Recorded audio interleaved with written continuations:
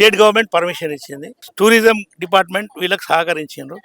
వీళ్ళందరినీ కలిసి వీళ్ళందరూ ఏ రెస్పాన్సిబిలిటీ లేకుండా ఇప్పటి వరకు 3వ రోజు అవుతుంది. 26వ తారీఖు నైట్లు అంటే 27, 28 ఇవ్వాలి. 3 రోజుల నుంచి ఇక్కడ ఏ అధికారి రావడం కానీ పరామర్శించడం కానీ 10-15 మంది విద్యా ఇలా ఇంజూర్ అయ్యిండ్రు.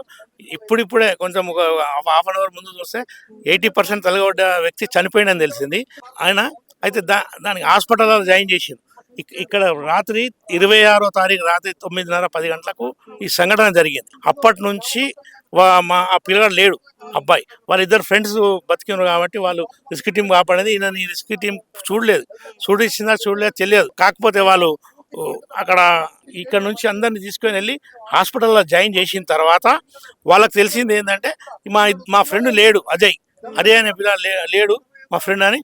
దీనికి లేడని తెలిసినప్పుడు వాళ్ళ తల్లిదండ్రులకు అతను చెప్పిండు 3 గంటలకు రాత్రి మబ్బుల ఇట్లా కనబడతలేడు ఇట్లా అంటే వాళ్ళ ఫోన్ వీళ్ళు కూడా ఆ ఫ్రెండ్స్ ఫోన్ నెంబర్ వేరే తీసుకొని వాళ్ళకి చేస్తే వాళ్ళు చెప్పారు అనమాట. అప్పుడు మేమైతే ఇట్లా ఉన్నాం, ఆయన కనబడతలేడు, మళ్ళీ ఏమైందో తెలియదని. అప్పటి ఉంది వీళ్ళు మొన్న రాత్రి 27th రాత్రి మబ్బుల 4 గంటల ఇక్కడనే ఉంటున్నాం.